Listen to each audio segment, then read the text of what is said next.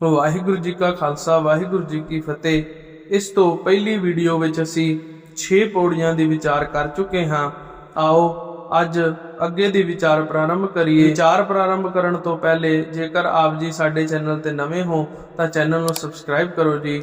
ਆਓ ਹੁਣ ਅੱਗੇ ਦੀ ਵਿਚਾਰ ਪ੍ਰਾਰੰਭ ਕਰੀਏ ਜੀ। ਸਤਿਗੁਰੂ ਜੀ ਕਹਿੰਦੇ ਹਨ, ਜੇ ਜੁਗ ਚਾਰੇ ਆਰਜਾ ਹੋਰ ਦਸੂਣੀ ਹੋਏ। ਸਤਿਗੁਰੂ ਜੀ ਕਹਿੰਦੇ ਹਨ ਕਿ ਜੇ ਕਿਸੇ ਮਨੁੱਖ ਦੀ ਉਮਰ 4 ਯੁਗਾਂ ਜਿਤਨੀ ਹੋ ਜਾਵੇ, ਉਸ ਤੋਂ ਬਾਅਦ ਹੋਰ ਦਸੂਣੀ ਹੋਏ, ਉਸ ਦੇ ਵੀ 10 ਗੁਣਾ ਹੋ ਜਾਵੇ। ਸਤਿਗੁਰੂ ਜੀ ਕਹਿੰਦੇ ਹਨ, ਨਵਾਂ ਖੰਡਾਂ ਵਿੱਚ ਜਾਣੀਐ ਨਾਲ ਚੱਲੈ ਸਭ ਕੋਏ। ਸਤਿਗੁਰੂ ਜੀ ਕਹਿੰਦੇ ਹਨ ਕਿ ਸਾਰੇ ਸੰਸਾਰ ਵਿੱਚ ਉਸ ਦਾ ਨਾਮ ਹੋਵੇ ਅਤੇ ਉਸ ਦੇ ਪਿੱਛੇ ਹਰ ਵਿਅਕਤੀ ਚੱਲੇ। ਭਾਵ ਕਿ ਉਹ ਦੁਨੀਆ ਤੇ ਰਾਜ ਵੀ ਕਰਦਾ ਹੋਵੇ, ਹਰ ਬੰਦਾ ਉਸ ਦੇ ਮਗਰ ਤੁਰਨ ਵਾਲਾ ਹੋਵੇ। ਸਤਿਗੁਰੂ ਜੀ ਕਹਿੰਦੇ ਹਨ, ਚੰਗਾ ਨਾਮ ਰਖਾਇ ਕੈ ਜਸ ਕੀਰਤ ਜਗ ਲੈ। ਕਿ ਜੋ ਮਨੁੱਖ ਹੈ ਉਹ ਆਪਣਾ ਵੱਡਾ ਨਾਮ ਬਣਾ ਕੇ, ਭਾਵ ਕਿ ਦੁਨੀਆ ਵਿੱਚ ਪ੍ਰਸਿੱਧ ਹੋ ਕੇ ਉਹ ਸਾਰੇ ਜਗ ਦੀ ਜੋ ਹੈ ਸੋਭਾ ਪ੍ਰਾਪਤ ਕਰ ਲਵੇ। ਤਾਂ ਸਤਿਗੁਰੂ ਜੀ ਅੱਗੇ ਕੀ ਕਹਿੰਦੇ ਨੇ, ਜੇ ਤਿਸ ਨਦਰ ਨਾ ਆਵਈ ਤਾਂ ਬਾਤ ਨਾ ਪੁੱਛੈ ਕਿ ਜੇ ਉਸ ਪਰਮਾਤਮਾ ਦੀ ਨਜ਼ਰ ਵਿੱਚ ਨਹੀਂ ਆਉਂਦਾ ਉਹ ਮਨੁੱਖ, ਤਾਂ ਉਸ ਦੀ ਕੋਈ ਖਬਰ ਵੀ ਨਹੀਂ ਪੁੱਛਦਾ। ਭਾਵ ਕਿ ਇਤਨੀ ਮਾਣ ਵਡਿਆਈ ਵਾਲਾ ਹੁੰਦਿਆਂ ਵੀ ਅਸਲ ਵਿੱਚ ਉਹ ਨਿਆਸਰਾ ਹੀ ਹੁੰਦਾ ਹੈ, ਜੇ ਉਹ ਉਸ ਪਰਮਾਤਮਾ ਦੀ ਨਜ਼ਰ ਵਿੱਚ ਨਹੀਂ ਆਉਂਦਾ। ਸਤਿਗੁਰੂ ਜੀ ਕਹਿੰਦੇ ਹਨ, ਕੀਟਾਂ ਅੰਦਰ ਕੀਟ ਕਰ ਦੋਸੀ ਦੋਸ ਧਰੇ। ਸਤਿਗੁਰੂ ਜੀ ਕਹਿੰਦੇ ਹਨ ਕਿ ਇਹੋ ਜਿਹਾ ਜੋ ਮਨੁੱਖ ਹੈ, ਸਗੋਂ ਉਹ ਪਰਮਾਤਮਾ ਉਸ ਅਕਾਲ ਪੁਰਖ ਦੇ ਸਾਹਮਣੇ ਇੱਕ ਮਾਮੂਲੀ ਕੀੜੇ ਦੀ ਤਰ੍ਹਾਂ ਹੈ। ਉਹ ਅਕਾਲ ਪੁਰਖ ਉਸ ਨੂੰ ਦੋਸ਼ੀ ਥਾਪ ਕੇ ਉਸ ਦੇ ਉੱਤੇ ਨਾਮ ਨੂੰ ਭੁੱਲਣ ਦਾ ਦੋਸ਼ ਲਾਉਂਦਾ ਹੈ। ਸਤਿਗੁਰੂ ਜੀ ਕਹਿੰਦੇ ਹਨ, ਨਾਨਕ ਨਿਰਗੁਣ ਗੁਣ ਕਰੇ ਗੁਣਵੰਤਿਆਂ ਗੁਣ ਦੇ। ਸਤਿਗੁਰੂ ਜੀ ਕਹਿੰਦੇ ਹਨ ਕਿ ਉਹ ਪਰਮਾਤਮਾ ਜੋ ਅਕਾਲ ਪੁਰਖ ਹੈ, ਉਹ ਗੁਣਹੀਨ ਮਨੁੱਖ ਨੂੰ ਗੁਣੀ ਕਰ ਦਿੰਦਾ ਹੈ, ਉਸ ਦੇ ਅੰਦਰ ਗੁਣ ਪੈਦਾ ਕਰ ਦਿੰਦਾ ਹੈ ਅਤੇ ਗੁਣਵੰਤਿਆਂ ਗੁਣ ਦੇ। ਜਿਸ ਮਨੁੱਖ ਦੇ ਅੰਦਰ ਪਹਿਲੇ ਤੋਂ ਗੁਣ ਹੁੰਦੇ ਨੇ, ਉਹਨਾਂ ਨੂੰ ਹੋਰ ਗੁਣਾਂ ਦੀ ਬਖਸ਼ਿਸ਼ ਕਰ ਦਿੰਦਾ ਹੈ। ਤੇਹਾ ਕੋਈ ਨਾ ਸੁਝਈ ਜੇ ਤਿਸ ਗੁਣ ਕੋਏ ਕਰੇ। ਇਹੋ ਜਿਹਾ ਹੋਰ ਨਹੀਂ ਦਿਸਦਾ ਜੋ ਉਸ ਨਿਰਗੁਣ ਜੀਵ ਨੂੰ ਕੋਈ ਗੁਣ ਦੇ ਸਕਦਾ ਹੋਵੇ।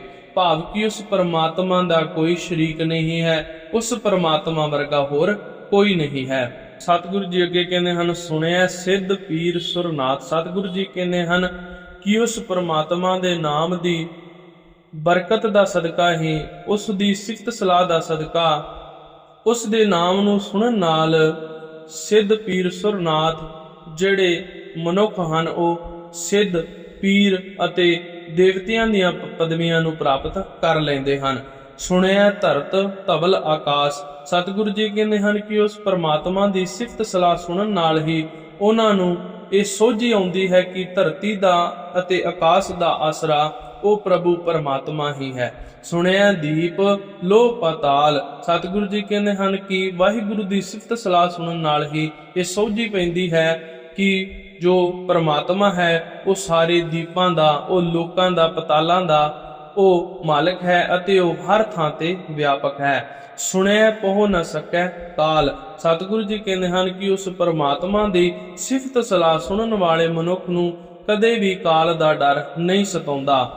ਨਾਨਕ ਭਗਤਾਂ ਸਦਾ ਵਿਗਾਸ। ਸਤਿਗੁਰੂ ਜੀ ਕਹਿੰਦੇ ਹਨ ਕਿ ਉਹ ਅਕਾਲ ਪੁਰਖ ਦੇ ਨਾਮ ਵਿੱਚ ਸੁਰਤ ਜੋੜਨ ਵਾਲੇ ਜੋ ਭਗਤ ਜਨ ਹਨ, ਉਹਨਾਂ ਦੇ ਹਿਰਦੇ ਵਿੱਚ ਸਦਾ ਹੀ ਖੇੜਾ ਖੁਸ਼ੀ ਬਣੀ ਰਹਿੰਦੀ ਹੈ। ਸੁਣਿਆ ਦੁਖ ਪਾਪ ਕਾ ਨਾਸ।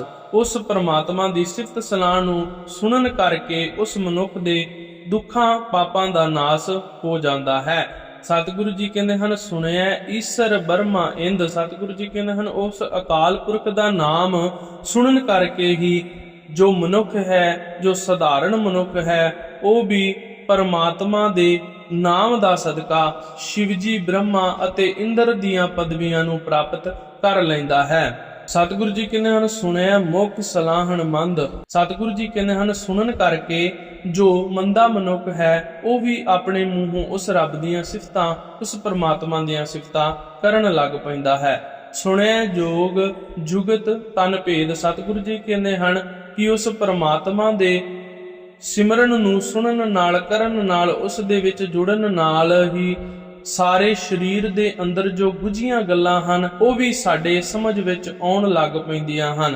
ਜੋ ਯੋਗ ਸਾਧਨਾ ਕਰਕੇ ਸਮਝ ਆਉਂਦਾ ਹੈ ਉਹ ਪਰਮਾਤਮਾ ਦਾ ਸਿਰਫ ਸਿਮਰਨ ਕਰਨ ਨਾਲ ਹੀ ਸਾਡੇ ਅੰਦਰ ਦੇ ਜੋ ਜੁਗਤੀਆਂ ਹਨ ਉਹ ਸਾਨੂੰ ਸਮਝ ਆਉਣ ਲੱਗ ਪੈਂਦੀਆਂ ਹਨ। ਸਤਿਗੁਰੂ ਜੀ ਕਹਿੰਦੇ ਹਨ ਸੁਣਿਆ ਸਾਸਤ ਸਿਮਰਤ ਵੇਦ। ਸਤਿਗੁਰੂ ਜੀ ਕਹਿੰਦੇ ਹਨ ਕਿ ਸੁਣਨ ਨਾਲ ਹੀ ਉਸ ਪਰਮਾਤਮਾ ਦੇ ਸਿਮਰਨ ਦੇ ਨਾਲ ਜੁੜਨ ਨਾਲ ਜੋ ਸਿਮਰਤੀਆਂ ਹਨ ਸ਼ਾਸਤਰ ਹਨ ਉਹਨਾਂ ਦੀ ਜੋ ਸੋਝੀ ਹੈ ਉਹ ਪੈਣ ਲੱਗ ਜਾਂਦੀ ਹੈ। ਸਤਿਗੁਰੂ ਜੀ ਕਹਿੰਦੇ ਹਨ ਨਾਨਕ ਭਗਤਾਂ ਸਦਾ ਵਿਗਾਸ। ਸਤਿਗੁਰੂ ਜੀ ਕਹਿੰਦੇ ਹਨ ਕਿ ਉਸ ਪਰਮਾਤਮਾ ਦੇ ਭਗਤਾਂ ਦੇ ਹਿਰਦੇ ਦੇ ਵਿੱਚ ਸਦਾ ਹੀ ਖਿੜਾਓ ਸਦਾ ਹੀ ਚਾਓ ਬਣਿਆ ਰਹਿੰਦਾ ਹੈ। ਸੁਣਿਆ ਦੁਖ ਪਾਪ ਕਾ ਨਾਸ।